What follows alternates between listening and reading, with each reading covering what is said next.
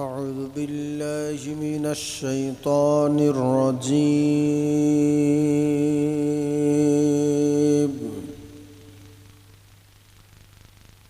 بسم الله الرحمن الرحيم.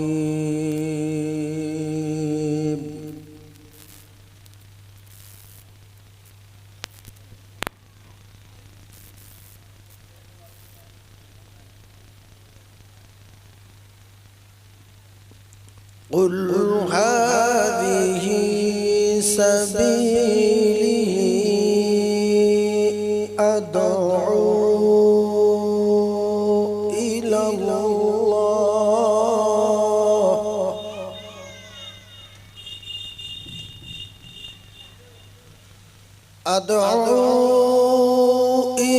الله على بصيرة أنا ومن اتبعني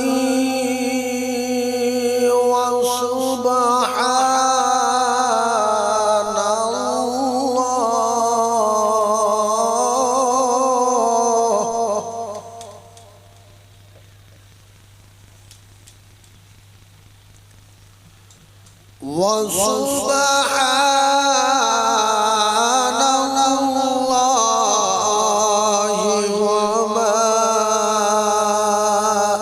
أنا من المشركين.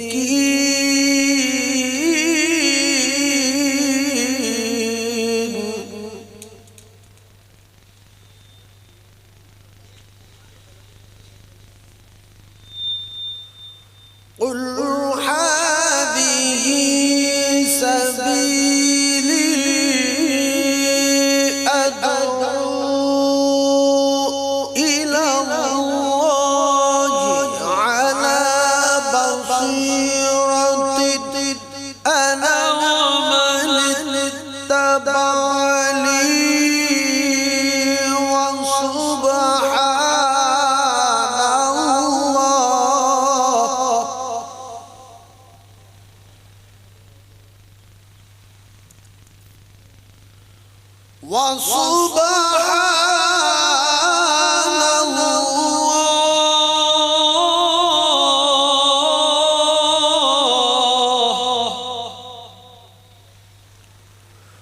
وسبحان الله وما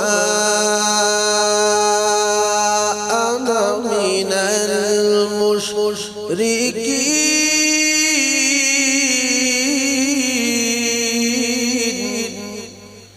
صدق الله العظيم.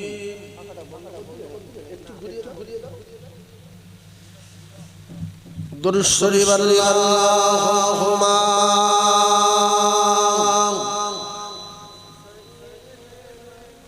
সবাই বলেন মাওলা মুহাম্মদ ওয়ালা আলিহি সাইয়্যিদিনা মাওলা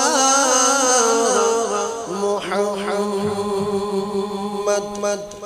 সাল্লাল্লাহু আলাইহি ওয়াসাল্লাম।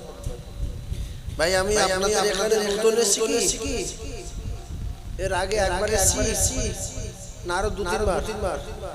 তাহলে দু তিনবার যদি এসে থাকি আমি তো পুরানো লোক। তো সেজন্য বলছি যে সমস্ত ভাইয়েরা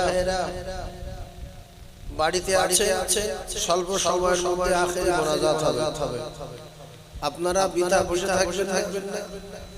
আর লোকজন যদি না থাকে বক্তার বক্তব্য বার হবে। সেজন্য যে সমস্ত ভাইয়েরা আশেপাশে আছেন কিংবা গজলের শেষে খানা খেতে গিয়েছেন আপনারা চলে আসুন। আর আমরা যারা বসে আছি সবাই উচ্চ আওয়াজে মহব্বতে একটু দরুদ শরীফ পড়ি। আল্লাহুম্মা সাল্লি আলা সাইয়্যিদিনা মাওলানা محمد وعلى آله سيدنا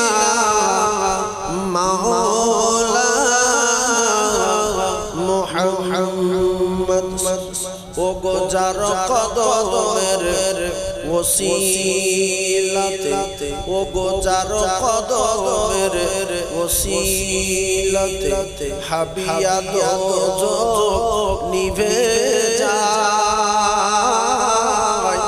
আর সে যে মোদের দয়ার নবী আসেন শুয়ে মদিনায় আল্লাহুম্মা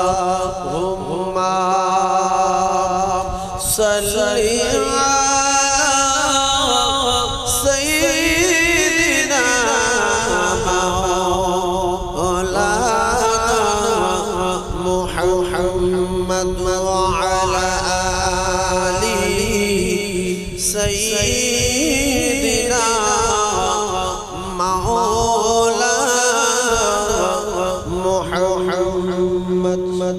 ও গো মামিনা হাত ধরে বলেন হালিমা ও গো মামিনা হাত ধরে বলেন হালিমা শোনো শোনো ও হালিমা করে যদি ভুল আর নয়নেরি বাঁচায় আমার সে যে মুহাম্মদ রাসূল আল্লাহুম্মা সাল্লি আলা সাইয়্যিদিনা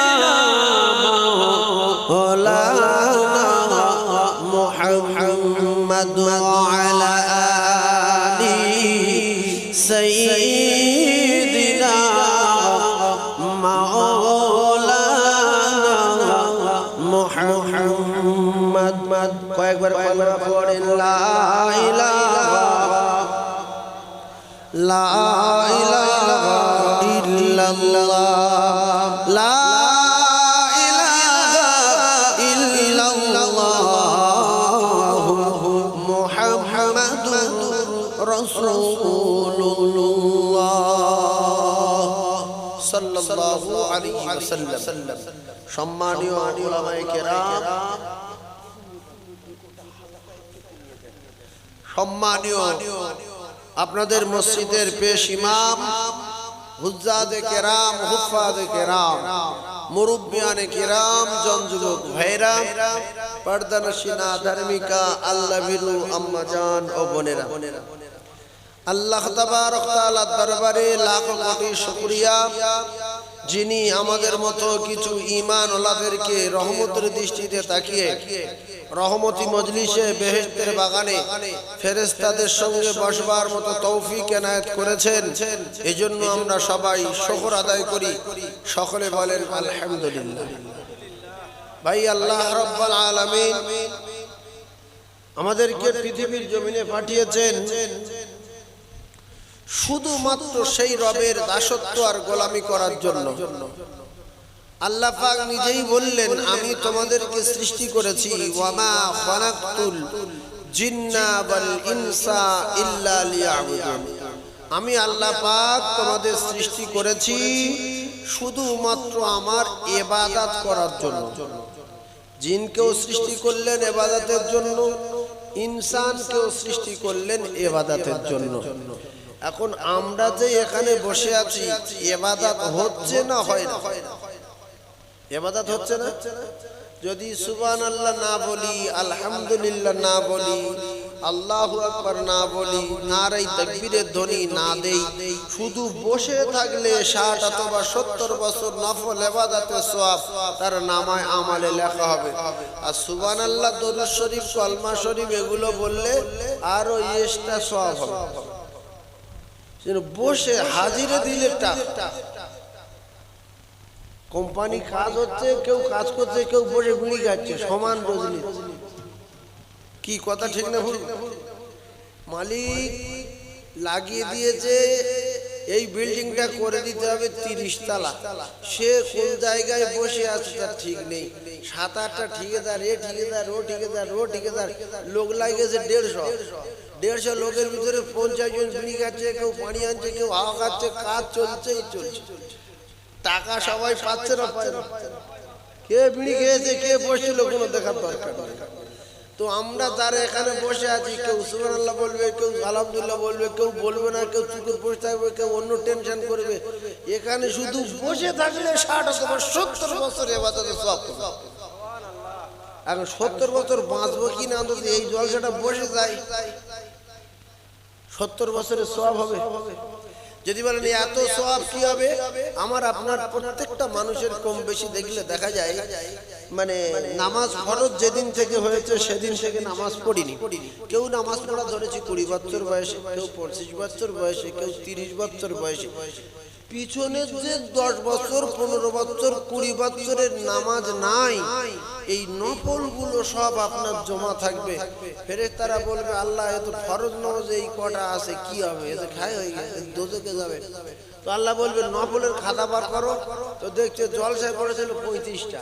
এই 35টা জলসায় সব ওই 70 বছর করে হিসেব করে দেখলো এই যত ঘাটতি নামাজ আছে ফরজ, এই নফল দিয়ে সব পূরণ করে আমার বান্দার জান্নাতে দিয়ে দেবে। সেই জন্য যারা আশেপাশে আছেন একটু বসেন, 70 বছরের সওয়াব পেয়ে যাবে। কিন্তু শয়তান আপনাদের ধোঁকা দেবে যে যা হওয়ার হয়ে গেছে, তার বসে কি হবে, শুয়ে পড়, শুয়ে পড়। ওর মুখে জুতোর বাড়ি মারেন, মেরে চলে আসে। শয়তানের মুখে জুতোর বাড়ি মারলে কি কায়দায় মারবো, আপনারা যদি আস্তাগফার পড়তে পড়তে এখানে এসে বসেন, তাহলে ওর মুখে জুতোর বাড়ি মারা হবে। বিরাট রেগে যাবে যে এত করে বোঝালাম, 8টা থেকে বোঝাচ্ছে, এখন বন্ধু ফের চলে যাচ্ছে জলসায়। সেই জন্য আমার ভাইরা, আল্লাহর রাস্তে বলছি, আসুন দুটো কথা, আমলের কথা শুনুন, জীবন তৈরি হবে। মরে গেলে আর একটা নেকি করার সুযোগ পাবেন না। যে কবরে আর কোনো কাজ কাম নেই, সুবহানাল্লাহ বলি, কোরআন শরীফ পড়ি, আলহামদুলিল্লাহ বলি, কিচ্ছু হবে না। শুধু মাছ চলবে, শুধু মাছ। আর যদি কবরে যদি আপনি ঈমান নিয়ে আমল নিয়ে যেতে পারেন, তো সেখানেও আর একটা নেকি করতে পারবেন না। যেটুকু আছে ওর বদলায় আল্লাহ কবরে জান্নাতের হুর দেবে, জান্নাতের দরজা খুলে দেবে, জান্নাতের হাওয়া চালিয়ে দেবে, কবর প্যারিস পুষ্টি করে দেবে, কবরে এসি দিয়ে দেবে। দুনিয়ার যে হাওয়া, এর চেয়ে আরো সুন্দর হাওয়া জান্নাতের হাওয়া। এসি কোথায়? আর একটা মাথায় রাখেন, পৃথিবীর যত যা কিছু তৈরি হয়েছে এসব আল্লাহ দিত নিয়ামত। আল্লাহ যার মানুষের মাথা ব্রেন দিয়েছে, সেই ইঞ্জিনের সাহায্যে পৃথিবী হেলিকপ্টার বলি, উড়োজাহাজ বলি, রকেট বলি, মোবাইল বলি, কম্পিউটার বলি, যা কিছু তৈরি করেছে মানুষ, এর চেয়ে আল্লাহ অনেক বেশি পারে না, পারে না।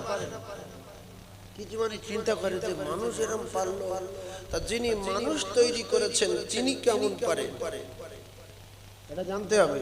যে মানুষ যদি এরকম পারে, তো আল্লাহ কি পারে? সবকিছু ছাড়া সবকিছু যিনি জানেন, পারেন, তিনি হলেন আল্লাহ। মানুষ তৈরি করতে গেলে তৈরি করতে হয়, আর আল্লাহ কিছু তৈরি করতে গেলে মুখে বললে হয় না। কম্পিউটার 50,000 কোটি হয়ে যাও, সেকেন্ডের ভিতরে হয়ে যায়। উড়োজাহাজ ওই 100,000 কোটি হয়ে যাও, মানুষ কোটি 10 মরে যাও, মরে।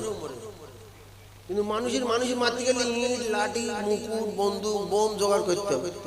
আল্লাহর কিচ্ছু জোগাড় করতে হবে, শুধু মরে যাও, মরে যাও, বেঁচে যাও,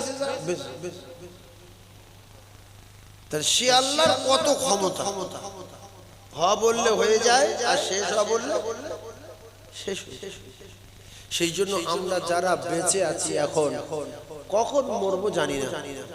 অন্তত সারা দিনের ভিতরে 1 ওয়াক্ত নামাজ পড়ি, আর সারা দিনের পাপের কথা আল্লাহর কাছে গিয়ে মাফ। ছোট্ট একটা কথা বোঝেন, এখন আমি এ জায়গায় একটা মোবাইল ফিট করে রেখেছি, মানে সিসির ওই যে মানে কি বলে যে ক্যামেরাগুলো থাকে না, সিসির ওইটা এখানে ফিট করে আর এই প্যান্ডেলের এখানে 50,000 টাকা ফেলে দিয়েছে। এখন তিনজন ছেলে ওই টাকাটা কুড়িয়েছে, আমি বাড়ির ভিতরে বসে বসে দেখেছি। কাল সকালবেলা তিনজনের ডেকে বলছি, বাবু 50,000 টাকার একটা বান্ডিল চটে পড়ে গেছে, আমি খুঁজে পাচ্ছি না, তুমি দেখেছো? তো তিনজনের একজন বলছে যে আমি তো কাল জলসায় ছিলাম, শ্বশুর বাড়ি গিয়েছি। ওই কথা শুনে মাথায় আমার আগুন জ্বলছে না, বলেন যে মানুষের বাচ্চা না কি, সিসি দেখা যাচ্ছে টাকা তুলছে, বলছে শ্বশুর বাড়ি। তো বলছে মা খাকি দেড়ি বলছে খবর থেকে আমার তুলে দেবে, আল্লাহ আমার খবরের জায়গা দেবে যদি আমি কাল থেকে তাই। তা বলছি তা তুই বস, জেনে শুনে বলছে বস। দ্বিতীয় জন জিজ্ঞেস করছে, বলছে ভাই আমি আর কি কসম খাবো, তা তোমার বাড়ি কোরআন শরীফ আছে? তাই যার টাকা সে বলছে কোরআন শরীফ কি হবে? বলছে উল্টো পাল্টা জিজ্ঞাসা করার দরকার নেই, কোরআন শরীফ সব মাথায় তুলে দাও, একা সাহস করে নি আমি টাকা নেই। আর আমি যে সিসি দেখেছি বা দেখছি বা ধরে রেখেছি শুনে আমি রেগে যাচ্ছি না, যাই না, দেখি মানুষ নাকি মানুষের। তিন নম্বরে যে তিনজন তুলেছিল, দুজন, একজন বললো মা খাকি আমার কবর থেকে তুলে দেবে, আরেকজন বললো কোরআন শরীফ আগে মাথায় করে বলে দেবে। আর একজন বলছি যে ভাই তুই ছিলিস? বলছে কাকা আমি ছিলাম, ওই 16,000 টাকা আমি লিছি, তার তোর টাকা ফিরে দিচ্ছি, বাপ বলি যে আমার মারধর করিনি, কেস কামারি করে। এর উপরে আমার আর রাগ থাকলো? কি সরস্বত হলো? হ্যাঁ সহজে বলে দিয়েছে টাকাও ফিরে দিচ্ছে, আর এই দুজনে ধরে বেঁধে সাপ কাটা করবে না, করবে না? আপনারা কি বলেন, করবে তো? তাহলে আমরা যে কজনে জায়গায় বসে আছি, আমরা গাঁজা খেয়েছি, মদ খেয়েছি, জোহর যাইনি, আসরে যাইনি, মাগরিবে যাইনি, চিটিংবাজি করেছি, লোকের ক্ষতি করেছি, আমচুরি মাতচুরি করেছি, অনেক অন্যায় করেছি।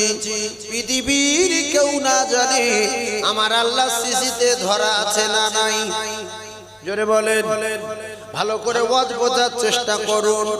আপনি বলছেন খোদার কসম মা খাকি দাঁড়িয়ে বলছি কবর থেকে তুলে দেবে, কোরআন শরীফ লেশো মাথায় করে বলি, কিন্তু দুনিয়ার যে লোকের টাকা, টাকার মালিক, এর সিসিতে ধরা আছে। তোমার কায়দাবাজি তোমার সাত জনমের মতো মিটিয়ে দেবে। এই আকানা এর 4টে ভাইয়ের ডাকবে, এর 2টো আত্মীয় স্বজনের ডাকবে, লাঠি নিয়ে আসতে বলবে। আল্লাহর কসম দুনিয়ায় যত মিথ্যা কথা বলি আমার আল্লাহ সিসিতে ধরা আছে। আল্লাহ পাক ফেরেশতাদের ডাকবে, মুকুল আসতে বলবে, সাপের ডাকবে, ছবল মারতে বলবে, মাটির বলবে, পিষে গুঁড়ো করে বিরাট মিথ্যাবাদী চিটিং বাজে শেষ কর। কলিজার টুকরা ভাইয়েরা আমার, ঠান্ডা মাথায় তত্ত্ব বোঝেন।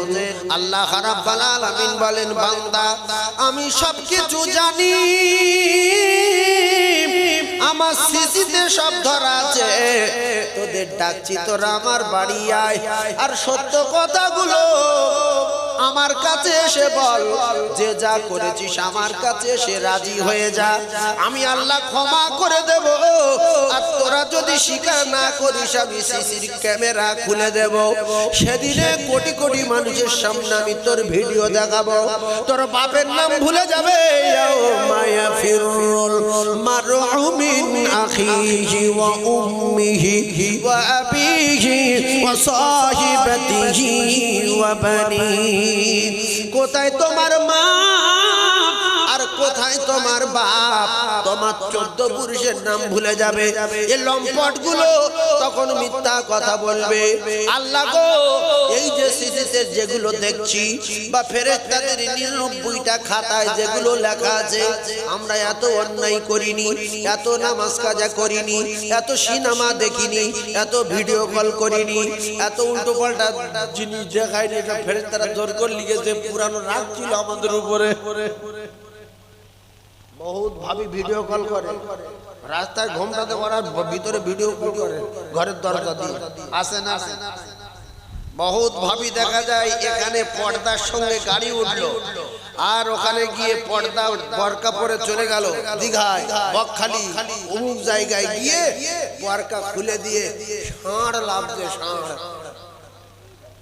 আসে না। এখান থেকে বোরকা পরে যাচ্ছে কেন? নিজের ভাই, চাচতো ভাই, মামাতো ভাই, খালাতো ভাই, ফুফাতো ভাই চিনতে পারবে না যে আমি কে যাচ্ছি। বোরকা পরে মেলায় যায়, মেলায় গিয়ে একটা রুম ভাড়া করে, ড্রেস খুলে এইবার ষাঁড় লাভ দেয়, শুধু ঘুতো, এর নিয়র ঘুতো, ওর নিয়র ঘুতো, তোর ধাক্কা মারছে। ষাঁড়ের কাজ কি? ঘুতো। তবে ভাবি, তুমি যদি ষাঁড় সাজো, আল্লাহ রাব্বুল আলামিন কিয়ামতের মুসিবতের দিনে, ময়দানে মাশরের দিনে কুকুরের ডাকবে, কুকুর তোর গায়ে ক্ষমতা ছিল, তুই ওর কামড়েছিস, এদিকে আয়। কুকুর বলবে আল্লাহ আমার বহুত কামড়াতো। গরু বলবে আল্লাহ ষাঁড় ছিল, ছাড়া গরু ছিল, আমি মালিকের কাছে বাঁধা ছিলাম। আরে ষাঁড় লোকের ফাউ ঘাস, গাছের পাতা, লোকের সবজি খেয়ে এইরকম ঘাড় ঝিঁকে ইংসু আমার কাছে এসেছে, আমি খোঁটায় বাঁধা আছি।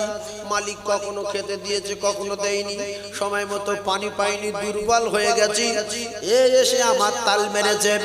আল্লাহর কসম, দুর্বলের আল্লাহ সবল করে দেবে, সবলের আল্লাহ ওই দিনে দুর্বল করে দিয়ে, আর এই রোগা গরু, মোটা গরু ওই কবার আষাঢ় মারিবে, এর যে কবার দুনিয়ায় আষাঢ় মেরেছে। ও মুসলমান, কুকুর যদি অন্যায় করে কামড়ায়, কুকুরের বিচার হবে। আর অনেক ছাগলের মদ্দাটা ও কিন্তু তাল মারে, তোমার সিংহে শক্ত হয়েছে, ছাগলের মদ্দাটাকে, ছাগলের মদ্দার নাম কি? পাঁঠা। ও রাস্তায় গেলি বোঝা যাবে কে যাচ্ছে, পাঁঠা। এ পাঁঠা দেখবেন তাল মারে। আল্লাহর কসম, ঠান্ডা মাথায় তত্ত্বগুলো বোঝার চেষ্টা করুন। আমার আল্লাহ পাক জানান, ইন্নাল্লাহা সামিউম বাসীর।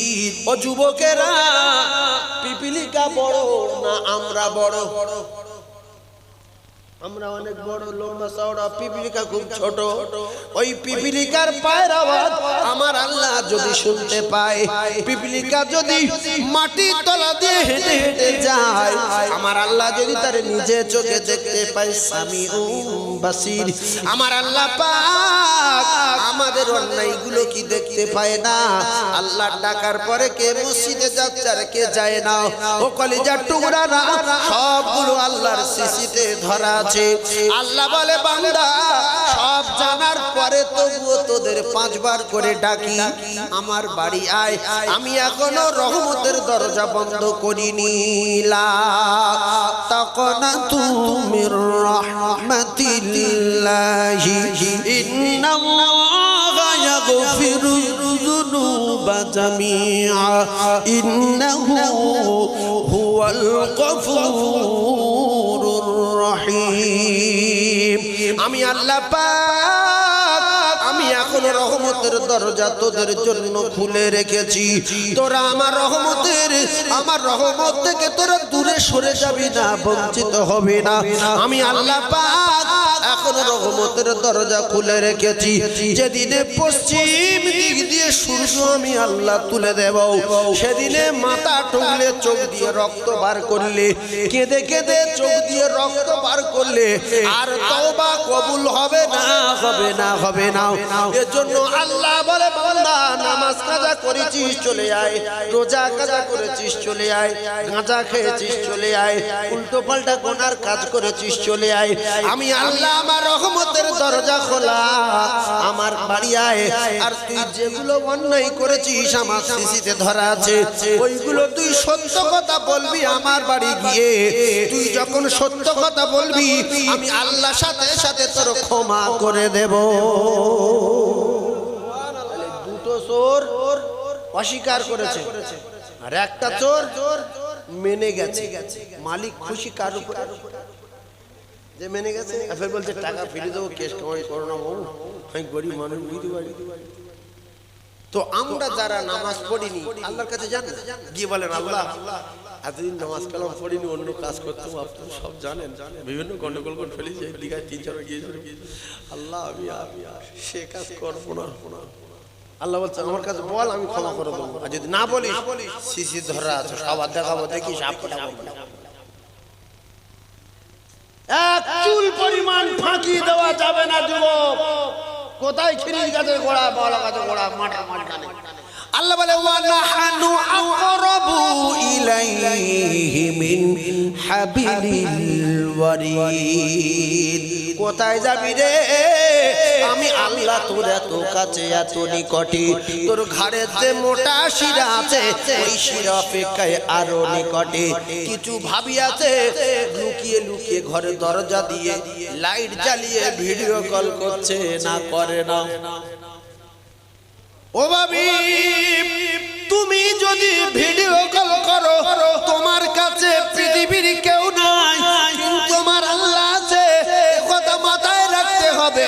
তুমি যদি অডিও কল করে শোনা বলো, মধু বলো, আল্লাহর কসম ভাবি তোমার এই ছোনা মধু তুমি বলছো, আর তোমার স্বামীকে ফাঁকি দিয়ে অন্যরে জানু বলছো, মধু বলছো, ভিতরে ভিতরে তুমি ভাবাচ্ছ এটা তোমার দিলের জেনা হবে। আর চোখে দেখে যদি উল্টো পাল্টা অনুভব করো, তাহলে তোমার চোখের জেনা হবে। ও কলিজার টুকরা ভাবিরা, পৃথিবীর কেউ না জানে, আল্লাহ জানে। আমার আল্লাহ যদি একটা পিপিলিকার পায়ের আওয়াজ শুনতে পায়, একটা পিপিলিকা যদি মাটির তলা দিয়ে বেয়ে যায়, আল্লাহ যদি তার নিজে চোখে দেখতে পায়, আমরা ঘরের দরজা দিয়ে ভিডিও কল করব, অডিও কল করব, কেউ না জানে, আমার আল্লাহ জানে। আল্লাহ রাব্বুল আলামিনের সিসিতে মেয়ে ছেলে বেটা ছেলের সমস্ত অন্যায়গুলো, সমস্ত ভালো কাজগুলো ধরা আছে না নাই। সেদিন বাপের কাছে গেলে বাপ বলবে জানি না, মায়ের কাছে গিয়ে বলবে মা বলবে চিনি না, ভাইয়ের কাছে গেলে বলবে চিনি না। সেই জন্য আমি ভাবিদের বলবো, ভাবি স্বামী লম্বা হোক আর বেটে হোক, ওজনে 25 কেজি হোক, আর গরিব হোক আর নেলো হোক আর কালো হোক, এই স্বামীর খিদমত করো। আর এই স্বামীর খিদমত করলে আমার আল্লাহ পাক রাজি হয়ে যাবে। আর এই স্বামীর খিদমত করেছিলেন যে নারী, ওই নারীর নাম হযরতে মা খাদিজাতুল কুবরা রাদিয়াল্লাহু তাআলা আনহা। মা খাদিজা স্বামীর খিদমত করলেন, 5 ওয়াক্ত নামাজ আদায় করলেন। আল্লাহ পাক খুশিতে বাগে বাগ হয়ে গিয়ে স্বয়ং আল্লাহ পাক নিজে মা খাদিজাকে সালাম বলে দিলেন। জোরে বলুন। আর এখনকার ভাবি, স্বামী যদি ওজনে কম হয়, একটু কালো হয়, বিরাট রাগ, বিশাল না তুমি কালো, তুই বেটে, এ কালো বেটে কদিন ইজ্জত, খুব বেশি হলে 30 বছর, 60 বছর বাঁচলে 30 বছর ঘুমোবে। এই 30 বছর কালো আর বেটে নিয়ে যদি ভাবি খুশির সঙ্গে ঘর সংসার করতে পারো, আর যত ভালোবাসার কায়দা আছে সব যদি স্বামীর সামনে দেখাও, আল্লাহর আরশ খুশি হবে। আর তোমার ওই বেটে স্বামী, কালো স্বামী যখন জান্নাতে যাবে, আল্লাহর কসম বেটে থাকবে না, কালো থাকবে না, সবার চেহারা পূর্ণিমা চাঁদের মতো হবে। আর বেটে লোকগুলো সব হঠাৎ লম্বা হয়ে যাবে। আর সেখানকার সুখ শান্তি শুরু হবে, জীবনে শেষ হবে না। তাহলে এখন বেনে নিয়ে যদি ভালোভাবে চলি, স্বামী পাবো পাদ লম্বা, সাটা, তাহলে বেনের ভালোবাসার দরকার আছে না? এই জন্য অনেকে স্বামী বেটে, অনেকে স্বামী ওজন 25 কেজি, ওই না বিশাল গন্ডগোল আসে না? কদিনের জন্য রাসূলুল্লাহ মা খাদিজাকে বললেন, খাদিজা আমার ভালো বাড়ি নাই, আমার ভালো বিছনা নাই, আরামের কাঁথা কম্বল তেমন নাই, শোয়ার জায়গা নাই, আমি গরিব খেতে দিতে পারবো না, তোমার মতো এত টাকা নাই, অট্টালিকা নাই। মা খাদিজাতুল কুবরা বলেছিলেন, ইয়া রাসূলুল্লাহ জবান দিলাম জীবনে খাবার জন্য আপনাকে বলবো না, তেলের জন্য, কাপড়ের জন্য, বিছনার জন্য বলবো না, ইয়া রাসূলুল্লাহ কথা দিলাম। এর জন্য কিতাবে লেখা আছে রাসূলুল্লাহর বাড়িতে সপ্তাহে সপ্তাহের পর সপ্তাহ কেন মাসের পর মাস উনুন জ্বলে না। বিশ্ব নবীর স্ত্রী যে ঘরে শুতেন মক্কাতুল মুআজ্জামার জমিনে খেজুর পাতার একটা ছোট্ট কুঁড়ে ঘর, সে সমান